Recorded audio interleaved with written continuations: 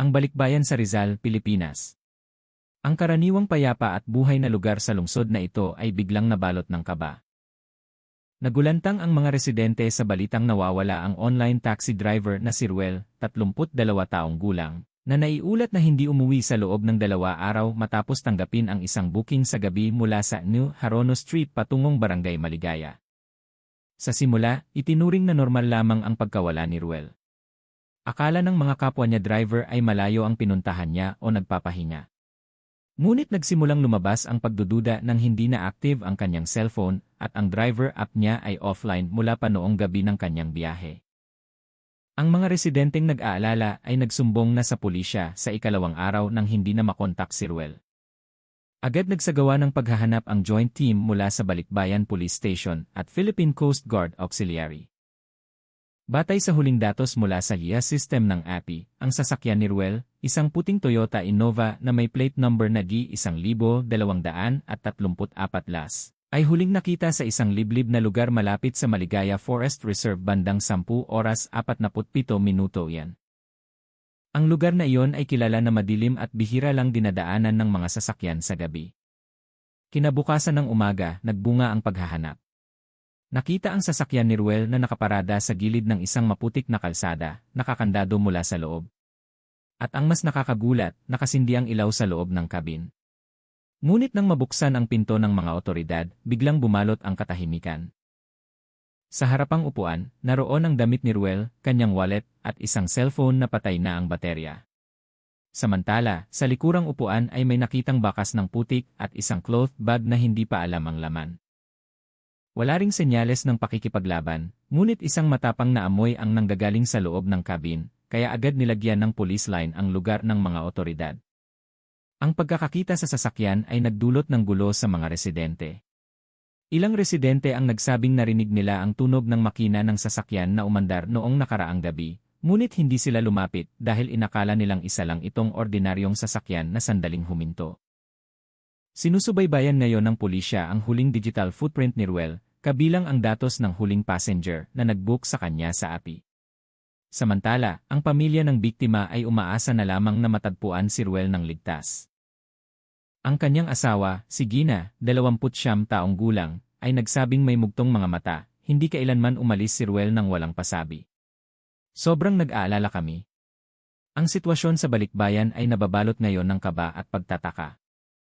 Marami pang ibang online taxi driver ang piniling huminto muna sa pagmamaneho sa gabi habang hinihintay ang resulta ng kasalukuyang investigasyon. Matapos matagpuan ang sasakyan ni Ruel sa Maligaya Forest Reserve, agad na pinalawak ang investigasyon. Agad na bumaba ang forensic team ng Balikbayan City Police kasama ang Criminal Investigation Unit sa lugar. Tahimik ang lugar.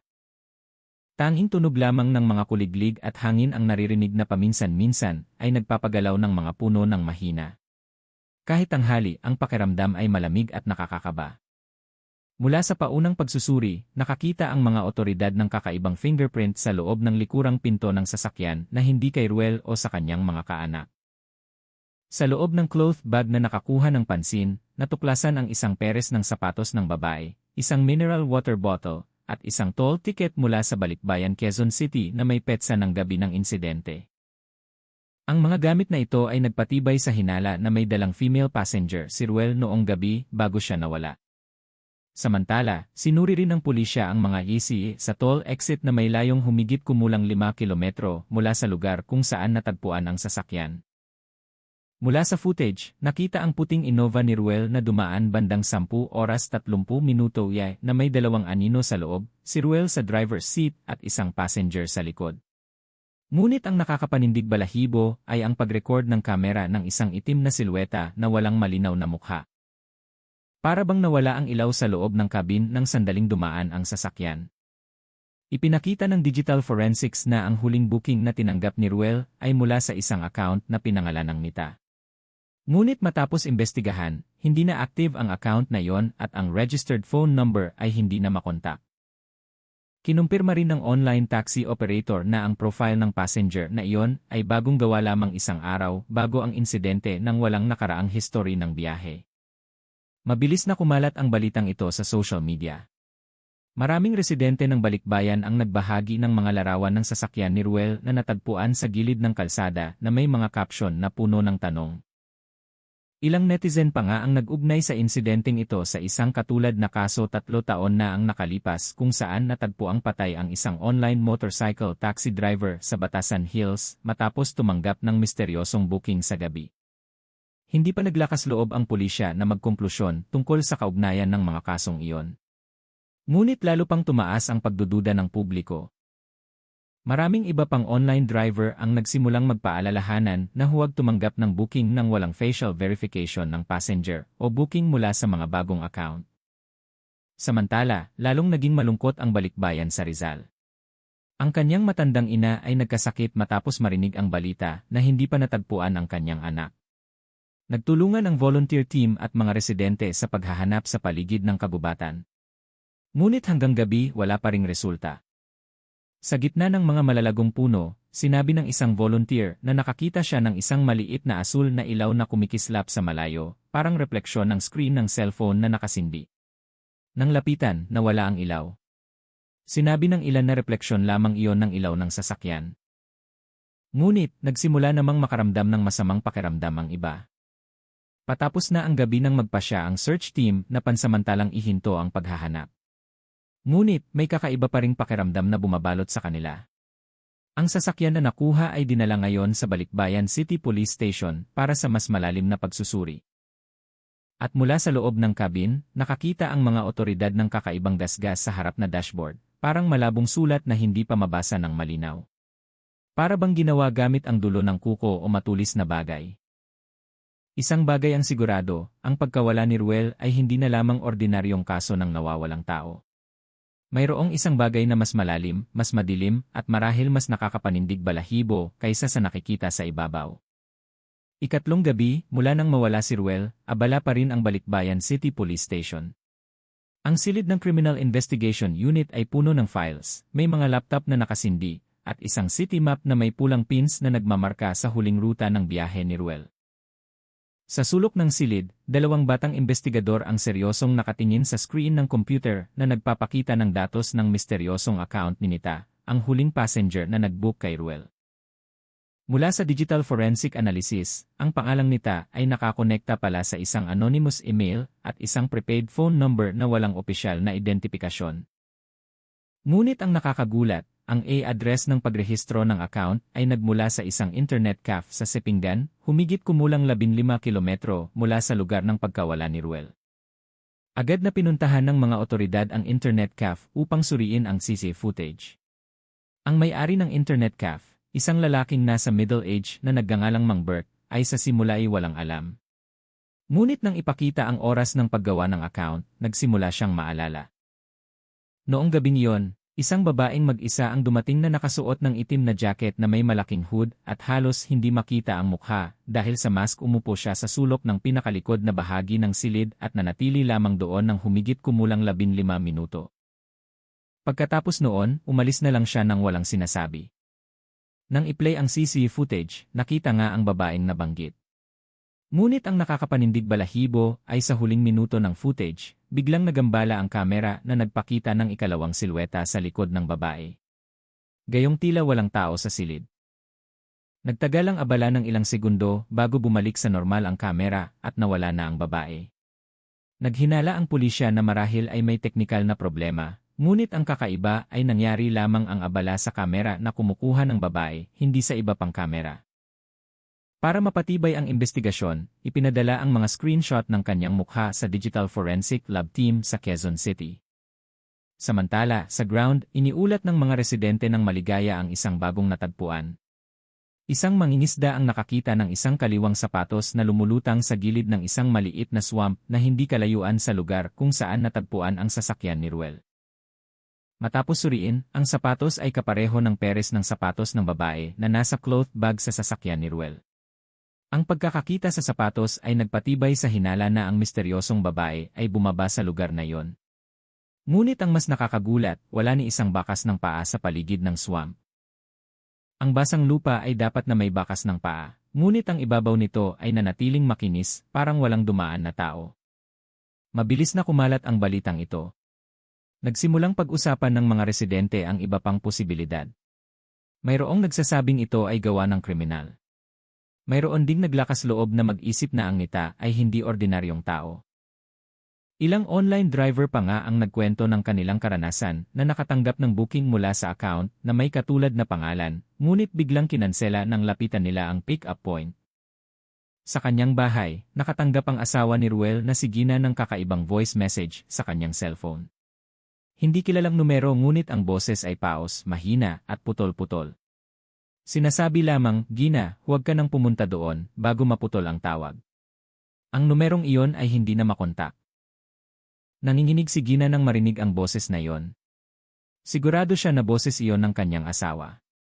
Agad na ipinarating ang balitang ito sa pulisya. Ipinakita ng tracking data na ang tawag ay nagmula sa parehong lugar ng Maligaya Forest. Bagaman mahirap matukoy ang eksaktong lokasyon, dahil sa mahinang signal, muling ipinadala ang search and rescue team noong gabing iyon na may kumpletong kagamitan, dala ang mga Lisham unit at thermal drone. Ngunit muling walang resulta. Nahuli ng drone ang isang human-shaped hotspot sa gilid ng isang maliit na ilog sa gitna ng kagubatan. Ngunit nang dumating ang team sa lokasyon, walang tao. Natagpuan lamang ang isang basang piraso ng papel na nakakabit sa ugat ng isang malaking puno na may malabong sulat na kahawig ng pangalang Ruel sa sulok nito. Isa-isang nagiging komplikado ang mga piraso ng misteryo. Ang identifikasyon ng huling passenger, ang kakaibang voice call, at ang mga bakas na walang iniwan, lahat ay nagpapakita na ang kasong ito ay hindi na lamang simpleng paghahanap sa nawawalang tao, kundi isang madilim na palaisipan na wala pang katapusan. Ang balikbayan ay hindi na payapa. Ang mga kalsada ay tahimik sa gabi. Ang mga online driver ay piniling huminto sa operasyon pagkatapos ng siyam iyan. At sa gitna ng tensyon, kumalat ang balita na may isang residente na nagsabing nakakita siya ng isang babaeng nakasuot ng itim na robe na nakatayo sa gilid ng kalsada kung saan natagpuan ang sasakyan ni Ruel. Eksaktong 10:47 minuto parehong oras ng huling active ang yes ni Ruel. Kinabukasan, kakaiba ang umaga sa balikbayan. Mas makapal ang hamog kaysa karaniwan sa Maligaya Road, kung saan natagpuan ang sasakyan ni Ruel. Malamig ang hangin. Halos hindi makatagos ang sikat ng araw sa matataas na puno sa gilid ng kalsada. Sa gitna ng katahimikan, isang residente na nagngangalang Mang Juan, isang caretaker ng lumang minahan, ang lumapit sa posisyon ng pulisya na may maputlang mukha at nanginginig na mga kamay. Sinabi niya na nakakita siya ng isang babaeng nakasuot ng itim na robe na nakatayo sa gilid ng kalsada noong nakaraang gabi, eksaktong sa parehong lugar kung saan natagpuan ang sasakyan ni Ruel. Ayon sa kanyang salaysay, bandang 10:30 -11:00 nang dumaan siya sa kanyang motorsiklo, nakita niya ang babae na nakatalikod sa kalsada habang nakatingin sa direksyon ng kagubatan. Pinabagal ni Mang Juan ang takbo ng kanyang motorsiklo at sinindihan ang kanyang high beam. Ngunit nang tumama ang ilaw sa katawan ng babae, hindi niya nakita ang mukha nito. Isang itim na anino lamang na parang makapal na ulap. Pagkaraan ng maikling panahon, biglang namatay ang kanyang motorsiklo. Sinubukan niyang i-start ng paulit-ulit, ngunit walang silbi. Nang lumingon siya muli sa direksyon ng babae, nawala na ang anino nito. Sa pagkaalarma, iginuhit ni Mang Juan ang kanyang motorsiklo papalayo hanggat maaari hanggang sa muling umandar ang makina. Saka lamang niya napagtanto na ang orasan sa kanyang cellphone ay 1:10 na. Samantalang sigurado siya na ang insidente ay tumagal lamang ng ilang minuto. Maingat na sinagot ng pulisya ang salaysay na yon.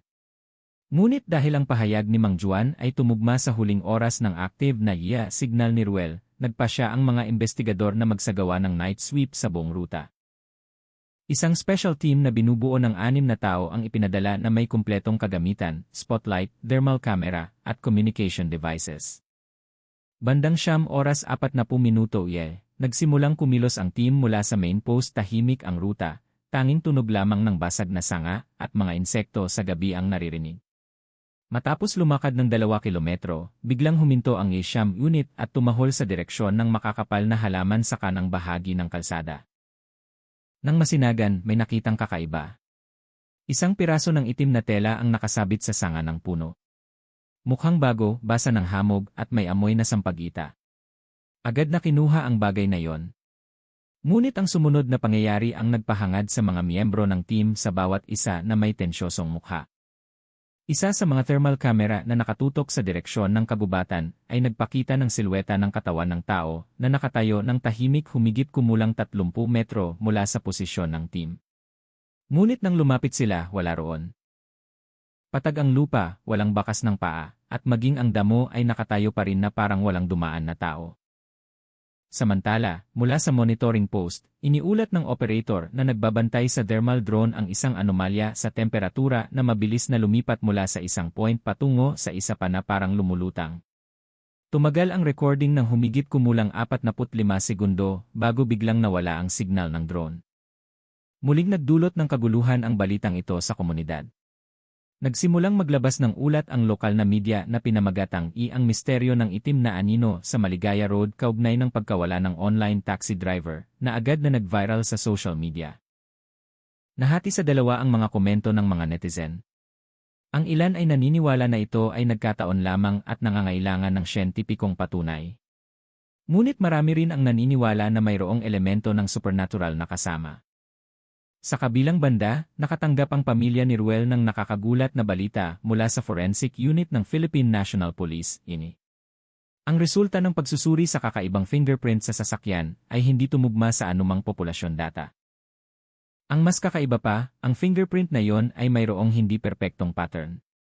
Kalahati ay malinaw na parang fingerprint ng tao, ngunit ang iba pang bahagi ay malabo at hindi regular. Para bang bahagyang nabura ng init o kemikal na likido. Ang senior investigator na si Police Major Ray, na namumuno sa kasong ito, ay nagsabing hindi pa siya nakatagpo ng katulad nito sa loob ng 20 taong paglilingkod. Hindi ito ordinaryong kaso. Sinusubaybayan namin ang lahat ng posibleng anggulo, kriminal man o hindi, anya ng maikli. Lalong gumagabi at lalo pang nababalot ng takot ang balikbayan. Ang mga online taxi driver ngayon ay bumuo ng isang emergency community group sa social media upang subaybayan ang mga lokasyon at bookings ng bawat isa. Marami sa kanila ang piniling tanggihan ang mga booking na may pick-up point sa Maligaya Forest. Mayroon pa nga silang nag-delete ng API pansamantala. Ngunit bago magmadaling araw, iniulat ng isang miyembro ng komunidad ang isang kakaibang insidente. Nakatanggap siya ng booking mula sa isang bagong account na pinangalan ng nita-dalawa na may halos kaparehong profile picture at pangalan ng huling account ng passenger ni Ruel. Muli, ang pick-up point ay sa Maligaya Road, I-8, eksakto sa paligid ng lokasyon kung saan natagpuan ang sasakyan ni Ruel. Lumabas ang booking na iyon ng ilang minuto at bigla na lamang nawala bago pa man matanggap ng sinuman. At mula noon, ang takot ay naging mas malalim na misteryo. Para bang ang nita ay hindi pa talaga umalis ng balikbayan. Halos isang linggo na mula nang nawala si Ruel. Ngunit wala pa ring bakas ng kanyang kinaroroonan. Bagamat nagsagawa ng malawakang paghahanap, nananatiling misteryo ang Maligaya Forest. Bawat gabi, ang lugar na iyon ay parang buhay na may mga bulungan na hindi nakikita. Nang gabing iyon, bandang 11:20 dalawang pulis na nagbabantay sa checkpoint sa Maligaya Road, I-8, sina Police Officer David at Police Officer Brian, ay nakaupo sa harap ng maliit na post habang umiinom ng kape. Malamig ang hangin at nababalutan ng manipis na hamog. Ang ilaw na nakasabit sa harap ng post ay mahinang umuugoy, parang patay na. Biglang narinig ang tunog ng notification mula sa radio communication. Maligaya Post, may ulat ang residente na nakarinig ng busina ng sasakyan mula sa direksyon ng kagubatan. Pakisuri. Nagtinginan sina David at Brian. Sa loob ng huling 3 gabi, ganitong klase ng ulat ang kanilang natatanggap. Ngunit tuwing pumupunta sila, wala silang nakikita. Gamit ang flashlight at baril, nagpunta sila sa pinanggagalingan ng tunog. Tahimik ang daan, tanging ilaw lamang ng kanilang flashlight ang nagbibigay liwanag. Sa di kalayuan, mahinang narinig ang 3 beses na busina ng sasakyan, pagkatapos ay muling natahimik. Narinig mo ba, Brian? Bulong ni David. Mula sa kaliwa, malapit sa swamp, sagot ni Brian. Lumalim pa ang kanilang lakad. Amoy putik na hinaluan ng amoy sampagita ang kanilang naamoy. Nang dumaan sila sa makakapal na halaman, nagulat ang dalawa. Ang puting Innova ni Ruel ay nakatayo doon. Ngunit ang sasakyan na yon ay sinamsam na ng pulisya at nakaimbak sa City Police Station bilang evidence. Nalunok ni David ang kanyang laway. Hindi tayo nagkakamali, di ba?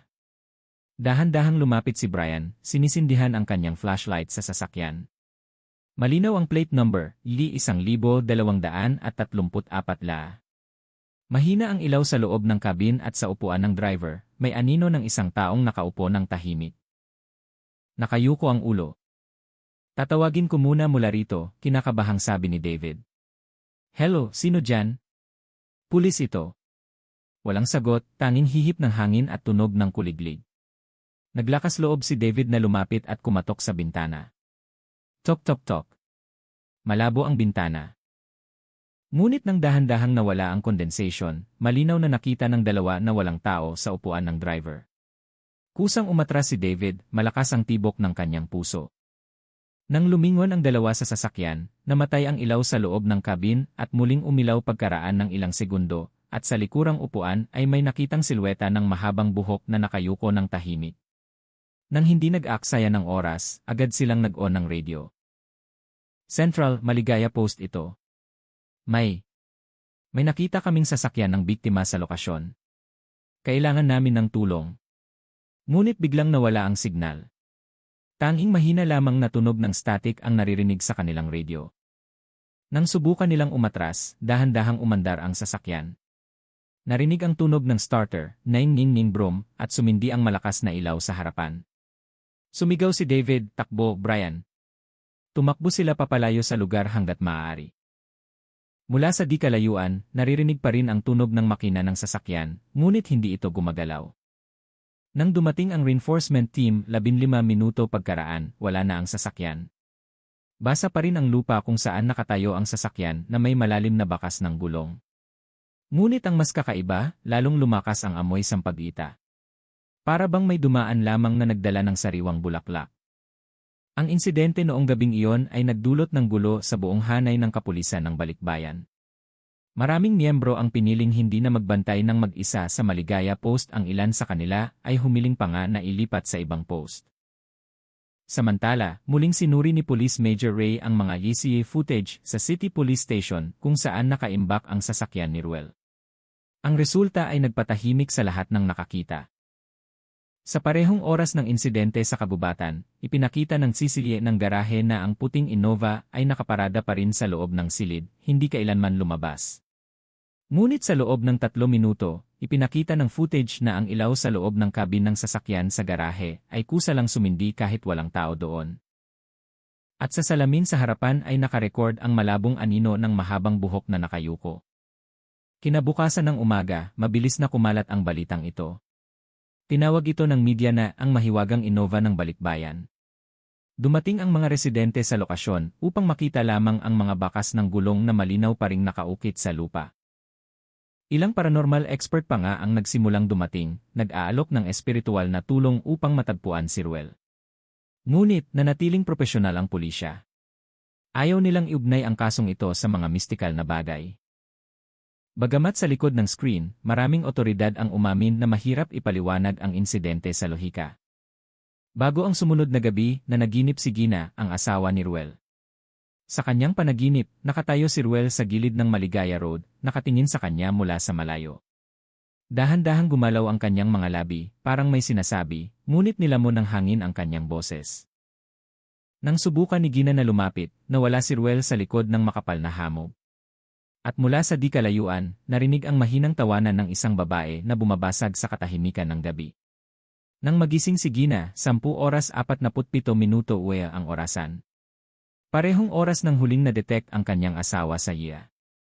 Ulan ang bumuhos sa Balikbayan ng gabing iyon na nagdagdag ng kalungkutan sa City Police Station. Sa silid ng investigador, nakaupo si Police Major Ray, malalim ang iniisip sa harap ng mesa na puno ng mga ulat at larawan mula sa crime scene. Ang madilim na ilaw ay nagdulot ng mga anino sa dingding habang malinaw na naririnig ang tunog ng clock hands bawat segundo. 8 araw na ang kaso ni Ruel, ngunit wala pa ring clue na nagbunga. Biglang tumunog ng malakas ang telepono sa mesa na bumabasag sa katahimikan. Hindi kilalang numero. Sinagot ni Ray. Hello, Balikbayan City Police Station, sabi niya ng matatag. Ngunit walang sagot. Tanging mabigat na hininga at pagkatapos ay mahinang tunog, parang may bumubulong mula sa malayo. Pa, tulungan mo ako. Agad na umayo si Ray sa kanyang upuan. Sino ito, Ruel? Walang sagot. Tanging tunog ng mga dahon na nagkikiskisan at mga yapak sa basang lupa. Pagkatapos ay muling nagsalita ang boses, sa pagkakataong ito ay mas mahina, nasa loob ako ng kabubatan, bago naputol ang tawag. Sinusubaybayan ang numerong iyon at ang resulta ay nagpakilabot sa lahat. Ang pinagmulan ng tawag ay mula sa parehong coordinates sa Maligaya Forest, 300 metro lamang mula sa orihinal na lokasyon kung saan natagpuan ang sasakyan ni Ruel. Nang hindi nag-aksaya ng oras, agad na ipinadala ang search team.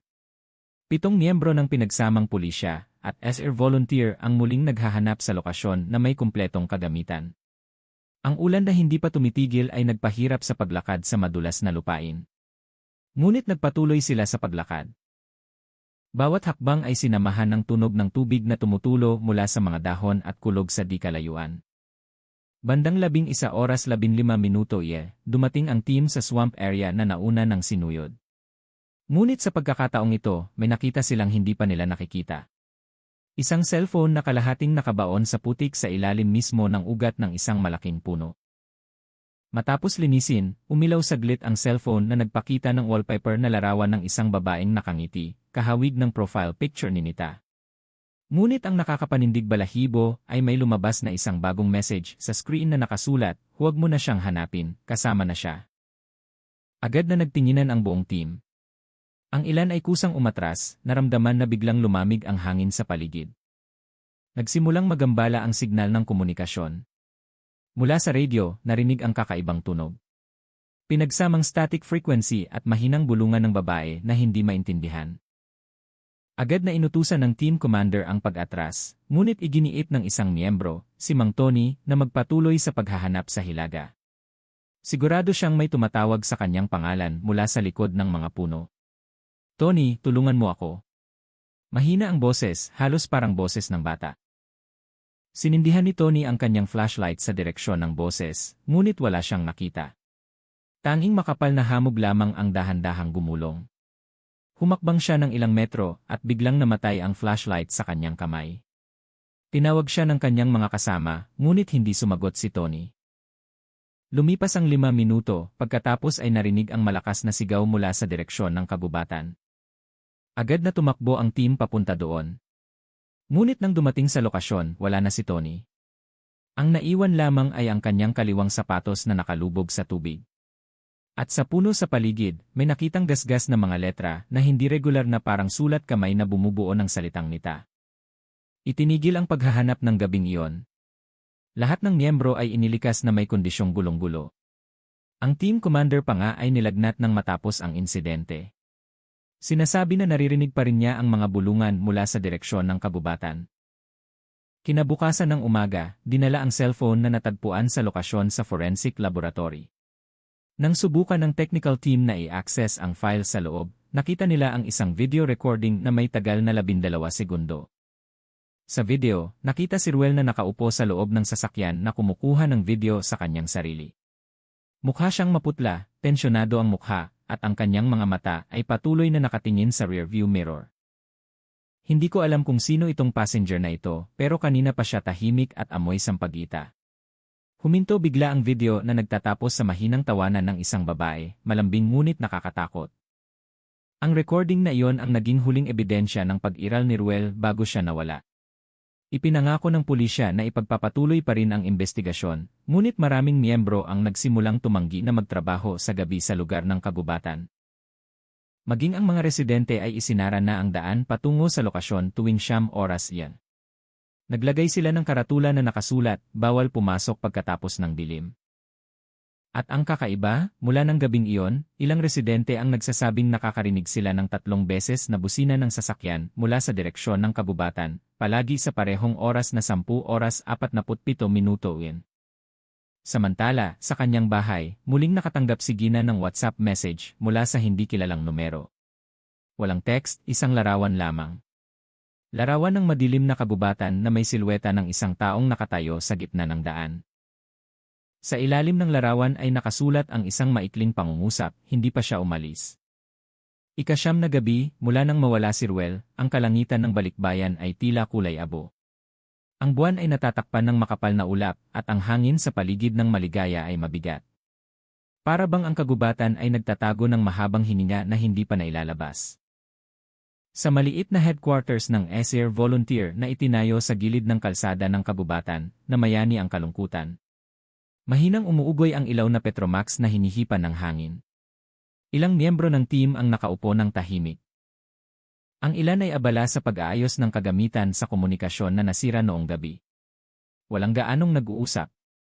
Lahat ay may trauma pa rin sa pagkawala ni Tony. Eksaktong 9:58 biglang nakakita ng kakaibang signal ang radio communication na nakatutok sa frequency ng pulisya. Mahina ang boses, putol-putol, parang galing sa malayo. Tulungan mo ako dito. Agad na nagtinginan ang lahat. Agad na inikot ni Team Coordinator Mang Ben ang frequency knob.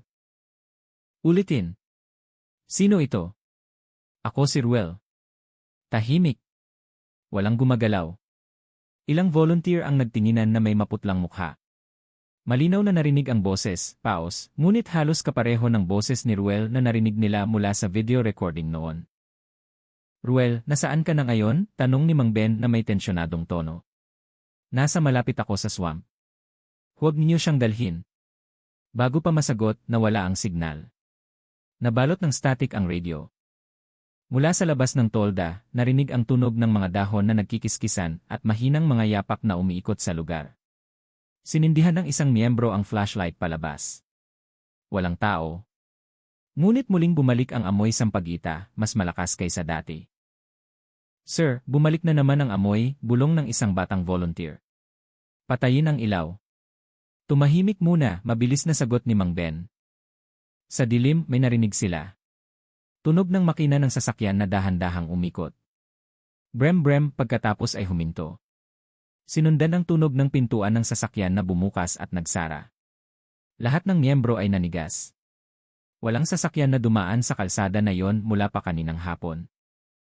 Inutusan ni Mang Ben ang 2 tao na suriin ang pinagmulan ng tunog. Naglakad sila gamit ang maliit na flashlight. Dahan-dahan ang kanilang mga hakbang. Pagdating sa unang kurbada, sinindihan ng kanilang flashlight ang isang bagay sa gitna ng daan.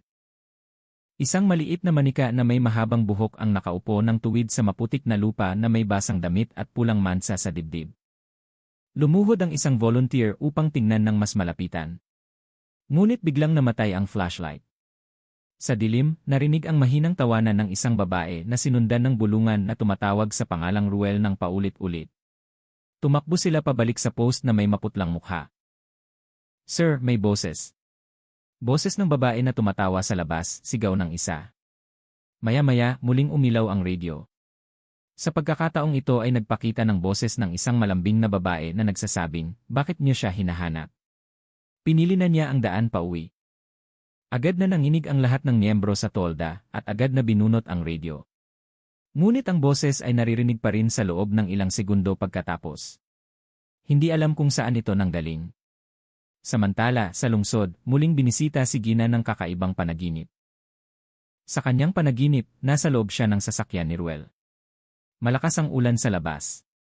Malabo ang bintana. Mula sa rearview mirror, nakita si Ruel na nagmamaneho ng tahimik. Kalmado ang kanyang mukha, ngunit walang ekspresyon ang kanyang mga mata. Sa likurang upuan ay nakaupo ang isang babaeng may mahabang buhok na nakasuot ng itim na jacket. Parehong anino mula sa profile picture ni Nita. Nakatingin ang babae kay Gina sa refleksyon ng salamin at mumiti. Huwag kang mag-alala, sinasamahan ko lang siya pauwi. Nagising si Gina na umiiyak.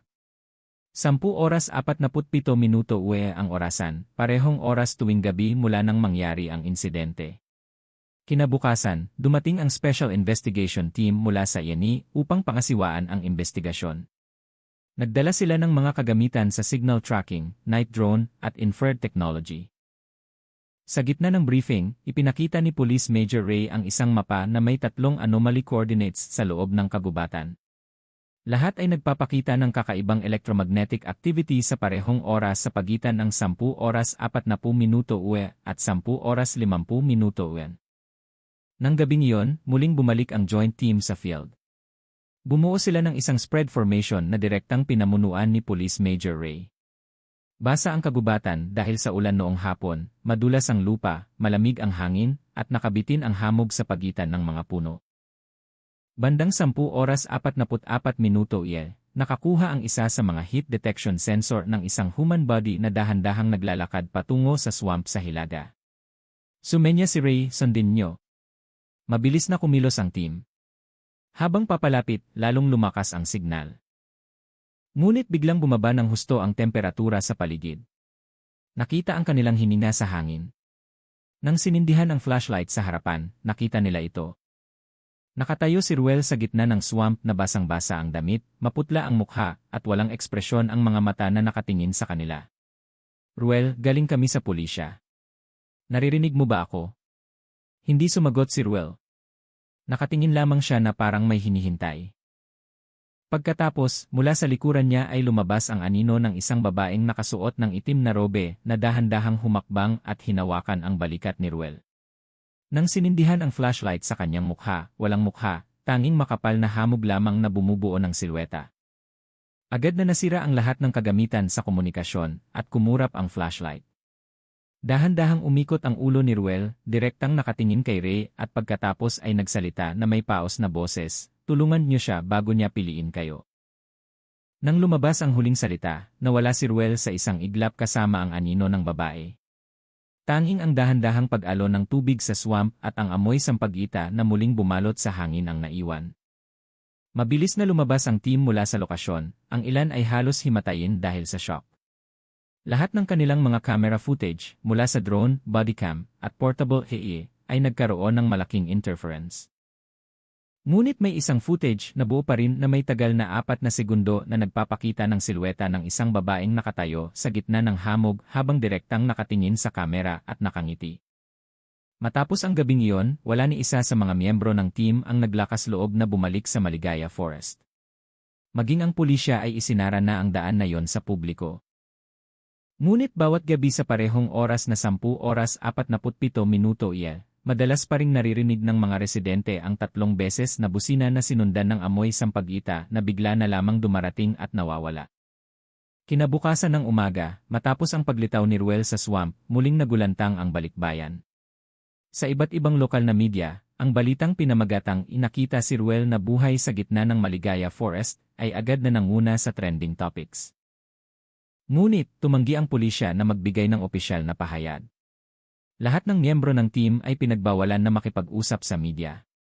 Sa likod ng mga screen, patuloy ang masusing investigasyon. Pinamunuan ni Police Major Ray ang isang closed-door meeting kasama ang forensic team at mga police psychologist.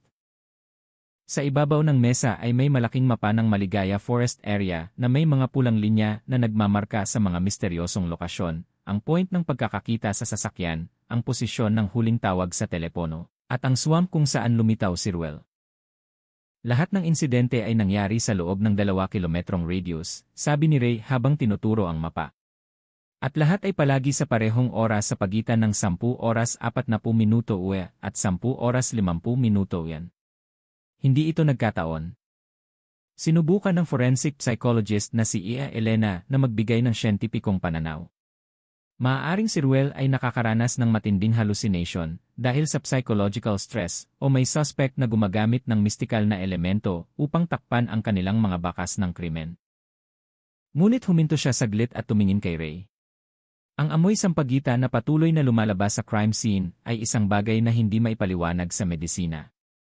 Samantala, sa kanyang bahay, nakaupo si Gina sa living room habang nakatingin sa larawan ng kanyang asawa. Mukha siyang pagod, maputla ang mukha dahil sa kakulangan sa tulog. Mula noong nakaraang gabi, hindi siya naglakas loob na i-on ang kanyang cellphone. Ngunit ngayong umaga ay lumabas ang kanyang tapang. Pinindot niya ang power button at umilaw ang screen. May isang bagong message na pumasok mula sa numero ng kanyang asawa. Ang petsa ay nagpapakita ng 12 gen, ang message ay isang pangungusap lamang, nilalamig ako. Sumigaw si Gina at agad na nawalan ng malay. Nang magising, napalibutan na siya ng pamilya at mga kapitbahay.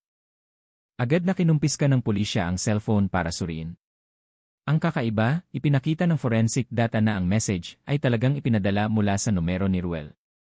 Ngunit, ang lokasyon ng signal ay nagmula sa parehong swamp area. Muling bumalik ang special team sa lokasyon. Sa pagkakataong ito ay nagdala sila ng mas kumpletong kagamitan. Mga metal detector, electromagnetic field sensor, at underwater drone upang suriin ang ilalim ng swamp. Maulap ang panahon, malakas ang hangin, at napakakaba ng kapaligiran. Bandang 10:30 nakakita ang drone ng isang malaking metal na bagay sa ilalim ng swamp na may lalim na humigit kumulang 2 metro. Matapos ang ilang pagsubok, ibinaba ang retrieval tool at dahan-dahang lumabas ang car frame mula sa tubig. Kupas na ang pintura, ngunit malinaw ang hugis. Isang puting Toyota Innova. Plate number ED 1234 la. Natahimik ang buong team. Ang sasakyan ay magkapareho ng kay Ruel. Ngunit ang parehong sasakyan ay nasa evidence warehouse ng Balikbayan City Police Station ng buo. Paano nagkaroon ng dalawang sasakyan na may parehong plate number? Nang buksan ang pintuan ng sasakyan, agad na lumabas ang amoy bulok na hinaluan ng amoy sampagita. Sa upuan ng driver, may mga buto ng tao na nakaupo ng tuwid, nakasuot pa rin ng jacket na may bordang pangalan ni Ruel. Sa bulsa ng jacket, natagpuan ang orihinal na Lee card ni Ruel, basa ngunit nababasa pa rin. Lahat ng miyembro ng team ay nanigas. Tinakpan ni Police Major Ray ang kanyang ilong at walang ekspresyong tumingin sa sasakyan. Kaya, sino ang nakita namin kagabi, bulong niya ng mahina. Agad na dinala ng forensic team ang natagpuan sa Bhayangkara Hospital. Ipinakita ng paunang pagsusuri na ang bangkay ay namatay na mahigit 1 linggo, eksaktong sa petsa ng pagkawala ni Ruel. Ibig sabihin, lahat ng paglitaw at tawag sa telepono na naganap pagkatapos ay hindi maaaring mula kay Ruel na buhay. Ang balita ng pagkakakita sa bangkay ni Ruel ay agad na gumulat sa Balikbayan. Maraming residente ang pumunta sa wake upang magbigay pugay. Samantala, ang iba ay pumunta sa Maligaya Swamp upang makita ang lokasyon na ngayon ay mahigpit na binabantayan ng pulisya. Ngunit ang kwento ay hindi pa natatapos. Nang gabing iyon bandang 10:47 dalawang pulis na nagbabantay sa lokasyon ang nakarinig ng 3 beses na busina mula sa pangunahing kalsada. Lumingon sila at malabong nakita ang isang puting Innova na dahan-dahang dumaan na may nakasinding ilaw sa harapan. Plate number ED 1234 la. Ngunit ang evidence car at ang car wreck na natagpuan sa swamp ay parehong nakaimbak sa police warehouse, nakakandado ng mahigpit at binabantayan 24 oras. Kinabukasan, si Police Major Ray ay mag-isang pumunta sa lokasyon. Nakatayo siya sa gilid ng swamp na nakatingin sa tahimik na tubig. Alam niyang sa lohika ay tapos na ang kasong ito. Natagpuan na si Ruel, ngunit tumanggi ang kanyang kalooban. Napakaraming hindi makatuwiran. Tiningnan niya ang kanyang relo, 10:46 yan. 1 minuto pagkaraan, mula sa di kalayuan ay narinig ang 3 beses na busina. Biglang lumamig ang hangin at mula sa hamog ay lumabas ang malabong anino ng isang babaeng nakasuot ng itim na robe na nakatayo, nakatingin sa kanya mula sa kabilang bahagi ng swamp. Naniga si Police Major Ray. Dahan-dahang itinaas ng anino ang kanyang kamay at pagkatapos ay itinuro ang malaking puno sa likuran niya. Nang lumingon siya, sa puno ay may nakitang bagong gasgas na bumubuo ng malabong mga salita. Hindi pa tapos. Dahan-dahang umatras si Ray, ngunit nang muli siyang tumingin sa direksyon ng swamp, nawala na ang anino ng babae. Ang naiwan lamang ay ang napakalakas na amoy sampagita, parang nakakapit sa hangin. Mula ng gabing iyon, ganap na isinara ng pulisya ang Maligaya Swamp area. Ngunit, nanumpa ang mga residente na tuwing Biyernes ng gabi ay nakakakita pa rin sila ng isang maliit na puting ilaw na gumagalaw sa ibabaw ng tubig at naririnig ang tunog ng makina ng sasakyan na umandar saglit pagkatapos ay namatay. Sinasabi ng ilan na ito ay ang kaluluwa ni Ruel na hindi pa matahimik. Ngunit mayroon ding naniniwala na si Nita ay nagpapagala-gala pa rin na naghahanap ng susunod na passenger. 3 araw matapos matagpuan ang bangkay ni Ruel, hindi pa rin kalmado ang Balikbayan City Police Station. Maraming miyembro ang may trauma pa rin. Ang ilan ay nagsabing nahihirapan silang matulog matapos sumali sa paglikas sa Maligaya Swamp. Ngunit tumanggi si Police Major Ray na sumuko. Naramdaman niyang mayroong isang bagay na hindi pa nahahayag. Isang bagay na mas malaki kaysa sa isang kaso lamang ng nawawalang tao. Nang umagang iyon, iniulat ng isang evidence warehouse officer na nagngangalang Ben na ang puting Innova ni Ruel na nakaimbak sa warehouse ay nagpapakita ng kakaiba. Ang ilaw sa loob ng kabin ng sasakyan ay kusa lang sumindi sa hating gabi kahit na tinanggal na ang susi at ang battery ay binunot na. Sinasabi rin ni Ben na nakarinig siya ng mahinang tawanan ng babae mula sa sasakyan bandang 10:47 iyon. Ang oras na ngayon ay naging isang misteryosong numero para sa lahat. Nagpasya si Police Major Ray na personal na suriin. Nagdala siya ng 2 miyembro at isang forensic technician. Nang buksan nila ang pintuan ng sasakyan, agad silang nilamon ng lamig kahit na mainit ang panahon ng tanghali na iyon. Mahina muling naamoy ang sampagita. Sa sahig ng sasakyan, nakita nila ang isang itim na cassette tape, luma at bahagyang basa. Sa label ng cassette ay nakasulat sa kamay, gabing biyahe 10:47 iyan. Dinala ang cassette sa interrogation room. Walang nakakaalam kung saan ito nanggaling dahil hindi ito nakalista sa mga evidence ng kunin ang sasakyan. Matapos patuyuin at ilagay sa isang lumang tape recorder, maingat nila itong pinatugtog.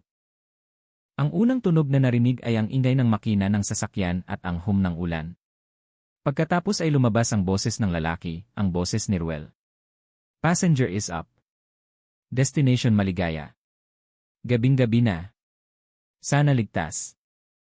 Ilang segundo ng katahimikan, pagkatapos ay narinig ang mahinang hininga mula sa likurang upuan na sinundan ng tunog ng tela na gumagalaw. Muling nagsalita si Ruel. Ma'am, nilalamig ba kayo? Gusto niyo bang hinaan ko ang AC? Walang sagot. Ngunit may nahuli ang cassette. Isang mahinang tunog na parang may tumatawa sa labas ng sasakyan, kahit na umaandar ang sasakyan. Narinig si Ruel na pinipindot ang gas pedal. Ngunit lumalapit ang tawanan na parang nanggagaling sa loob ng cabin. Ma'am, saan po ba ako dumaan? Bakit ang dilim ng daan? Tahimik ng ilang segundo. Dumaan ka lang, mamaya ipapakita ko sa iyo ang daan. Narinig si Ruel na bumuntong hininga ng malalim at pagkatapos ay mahinang nagsabi, ang lakas ng amoy sampagita, ma'am, di ba? Pagkatapos noon, ang recording ay naglalaman lamang ng tunog ng ulan at mabigat na hininga hanggang matapos ang kasete. Tahimik ang silid. Nagtinginan ang lahat ng walang sinasabi. Ipinikit ni Police Major Ray ang kanyang mga mata, naramdaman ang lamig sa kanyang batok. Hindi iyon edited, sabi ng technician matapos suriin ang sound spectrum. Orihinal ang recording na ito, walang manipulation.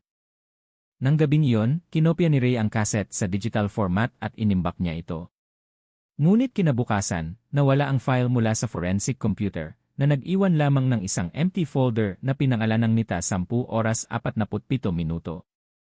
Mula ng gabing iyon, nagsimulang mangyari ang kakaibang kaguluhan sa Balikbayan City Police Station. Madalas na namamatay ang mga ilaw sa silid ng investigador eksaktong 10:47 yan. Ilang miyembro ang nagulat na nakarinig ng 3 beses na busina mula sa parking area. Gayong lahat ng sasakyan ay nakapatay na.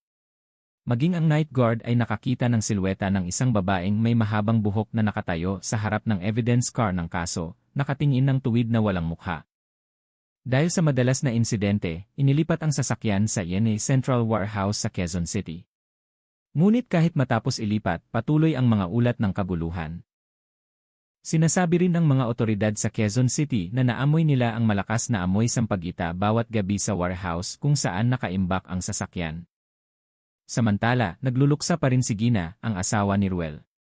Madalas na siyang nagpupunta sa libingan ng kanyang asawa bawat hapon bago maghapon. Ngunit, minsan ay nakita niya ang sariwang sampagita na maayos na nakalagay sa ibabaw ng libingan. Gayong walang umamin na naglagay nito.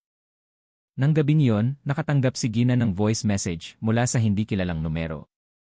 Salamat sa pagpunta. Kalmado na siya ngayon. Pero ako, hindi pa. Ang boses ay malambing, halos parang bulong. Agad na nag-hysterical si Gina at nagulat sa pulisya. Ngunit ng subaybayan, ang numero ay hindi nakarehistro sa anumang network. Empty number. Muling sinuri ni Police Major Ray ang lokasyon ng swamp. Matapos marinig ang ulat, pumunta siya kasama lamang ang isang driver, dala ang itim na cassette na ngayon ay nasa kanyang bulsa. Tahimik ang gabing iyon, mahinang umihip ang hangin. Sa gilid ng swamp, muli niyang pinatugtog ang kaset sa pamamagitan ng isang portable player. Ilang segundo pa lamang ang nakalipas, nagbago ang boses sa recording. Hindi na lamang tunog ng ulan, kundi may karagdagang boses ng babae na bumubulong. Ikaw ay nag-iisa, Major Ray. Nagulat si Ray at nahulog ang kanyang device. Sinindihan niya ang flashlight sa paligid, hamog lamang. Ngunit mula sa tubig ay dahan-dahang lumabas ang anino ng isang babaeng nakasuot ng itim na robe. Mahabang buhok ang nakatakip sa mukha, nakatayo sa ibabaw ng tubig nang hindi gumagalaw. Umiling si Ray ng isang hakbang, pagkatapos ay 2 hakbang. Umiikot pa rin ang kaset sa kanyang kamay at ang boses sa loob ay muling nagsabi, kalmado na siya dahil sinamahan ko siya, ngunit dumating ka ng walang imbitasyon. Biglang namatay ang mga ilaw at ang tunog ng ulan ay gumulo sa kalangitan ng balikbayan ng gabing iyon. Sa dilim, tanging ang 3 beses na busina ang narinig ni Ray, pagkatapos ay katahimikan. Kinabukasan ng umaga, natagpuan ang sasakyan ni Police Major Ray sa gilid ng Maligaya Road na bukas ang pinto. Umaandar pa rin ang makina, ngunit wala na si Ray. Sa upuan ng driver ay nakalatag ang itim na kaset na ngayon ay nahati na sa 2, at sa dashboard ng sasakyan ay nakasulat gamit ang dulo ng daliri sa manipis na alikabok, hindi pa tapos. Mula ng araw na yon, kasama na ang pangalan ni Police Major Ray sa listahan ng mga nawawala. Mahigpit na isinara ng pulisya ang lahat ng file ng kasong ito, na nagbibigay ng opisyal na pahayag na ang insidente ay nasa ilalim pa rin ng internal investigation. Ngunit para sa mga residente ng Balikbayan, ang Maligaya Forest ngayon ay hindi na lamang isang liblib na lugar. Ito ay naging isang daanan sa pagitan ng mundo ng totoo at ng hindi nakikita. At bawat gabi sa 10:47 naririnig pa rin ang 3 beses na busina mula sa direksyon ng swamp na sinundan ng amoy sampagita na tila nanggagaling sa ibang mundo. Isang linggo matapos mawala si Police Major Ray, ang Balikbayan City Police Station ay parang isang patay na bayan sa gabi. Ang mga ilaw sa koridor ay hinayaan na nakasindi ng mahina at wala ng miyembro ang gustong magbantay ng lampas hating gabi. Lahat ng nakasalamuha sa kaso ni Naruel at Nita ay umiiwas na sa paksa na yon. Maging ang tawag na 10:47 ay bawal ng bigkasin ng malakas. Ngunit may isang tao na hindi makahinto sa pag-isip sa kasong iyon. Si Ben, ang evidence warehouse officer na unang nakakita sa itim na kaset. Naramdaman niyang may kasalanan siya. Bawat gabi, ang parehong panaginip ay patuloy na bumabagabag sa kanya. Nakaupo si Ruel sa upuan ng driver, nakatingin sa kanya mula sa rearview mirror. Samantala, dahan-dahang lumingon ang babaeng nakasuot ng itim na robe mula sa likurang upuan at mumiti. Sa ika-7 gabi, nadaig ng kanyang kuryosidad ang takot. Nagbakasyon siya ng walang pahintulot at palihim na pumunta sa Maligaya Forest. 10:31 Gail ang orasan sa kanyang relo nang sindihan niya ang flashlight at lumakad papasok sa kabubatan. Malamig ang hangin at mababa ang hamog na nakabitin sa ibabaw ng lupa. Huminto ang kanyang mga yapak sa gilid ng swamp. Ang lugar kung saan nagsimula ang lahat. Tahimik ang tubig, ngunit mahina ang pag-alon sa ibabaw nito kahit walang hangin.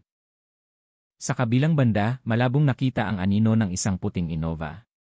Isang beses na kumurap ang mga ilaw sa harapan na parang bumabati sa kanya. Nalunok ni Ben ang kanyang laway. Ruel, kung naririto ka pa, humihingi ako ng tawad. Mahinang sabi niya. Walang sagot, tanging tunog lamang ng mga insekto sa gabi. Pagkatapos ay biglang mula sa likuran ay narinig ang mahinang tawanan ng babae na sinundan ng napakalakas na amoy sampagita. Mabilis na lumingon si Ben, sa likuran niya ay nakatayo ang anino ng isang babaeng nakasuot ng itim na robe. Mahabang buhok ang nakatakip sa mukha. Ngunit mula sa likod ng buhok ay lumabas ang 2 mata na mahinang kumikinang na parang mga baga. Dumating ka rin, bulong niya. Hinihintay ka niya. Bahagyang nanginig ang lupa sa ilalim ng mga paa ni Ben. Mula sa gitna ng swamp ay lumabas ang anino ni Ruel na dahan-dahang lumakad patungo sa lupa. Parehong damit, kupas na jacket, walang ekspresyon ang mga mata. Huminto siya sa harap mismo ni Ben at itinaas ang kamay, nag-abot ng isang bagay, isang bagong itim na cassette tape. Sa label nito ay nakasulat, susunod na biyahe. Umiling si Ben ng ilang hakbang ngunit natigilan ang kanyang boses sa kanyang lalamunan. Walang ekspresyong nakatingin ang anino ni Ruel sa kanya, at pagkatapos ay mahinang nagsabi, huwag mong i-start ang makina kung ayaw mong samahan siya. Agad na namatay ang flashlight. Tahimik. Mula sa malayo ay narinig ang tunog ng makina ng sasakyan na umandar, pagkatapos ay 3 beses na busina. Kinabukasan ng umaga, natagpuan ng mga residente ang sasakyan ni Ben na nakaparada sa gilid ng swamp. Umaandar ang makina, nakakandado mula sa loob. Sa upuan ng driver ay walang tao, ngunit sa likurang upuan ay nakalatag ang bagong itim na kasete. Nang subukan ng mga otoridad na i-play ito, ang laman nito ay tunog lamang ng ulan at mahabang hininga ng isang tao. Nagtatapos sa boses ng isang babae na nagsasabing, hindi pa tapos ang biyahe. Mula ng araw na yon, ang Maligaya Road ay 8 ay opisyal na isinara ng permanente ng city government. Ipinagbawal ang mga online taxi na dumaan pagkatapos ng 9 oras yan. Ngunit alam ng mga residente na ang pagbabawal na yon ay hindi dahil sa landslide o para sa seguridad. Alam nilang bawat gabi sa 10 oras 47 minuto uya ay maririnig ang 3 beses na busina, ang amoy sampagita na tumutusok sa ilong, at paminsan-minsan ay makikita ang isang puting ilaw na dahan-dahang dumadaan sa gitna ng hamog pagkatapos ay mawawala sa tahimik na kurbada. May nagsasabing ito ay ang kaluluwa ni Ruel na naghahanap ng kanyang huling passenger. May naniniwala na si Nita ay nagpapagala-gala pa rin na naghahanap ng bagong driver para sa susunod na biyahe. At para sa mga naglakas loob na dumaan sa gabi, isang mensahe ang kumakalat sa mga driver. Kung makakuha ka ng booking mula sa account na Nita na may destinasyon na Maligaya, huwag mo itong tatanggapin kailanman. Dahil sinuman ang gumawa nito ay hindi na nakabalik. Ang kaso ng nawawalang online taxi driver sa Balikbayan ay nag-iwan ng isang misteryo na hindi pa nalulutas. Ang pagkakakita sa sasakyan, ang kakaibang mga tawag, hanggang sa amoy sampagita na laging lumalabas sa lokasyon ay nagpapagtaka sa komunidad kung ano talaga ang nangyari sa Maligaya Forest. Patuloy pa rin ang investigasyon ng pulisya, ngunit ang tensyon at kuryosidad ng mga residente ay hindi pa rin nababawasan. Manatiling alerto at patuloy na subaybayan ang balitang ito sa aming channel. Huwag kalimutang mag-like, magkomento, at mag-subscribe upang hindi makaligtaan ang pinakabagong balita.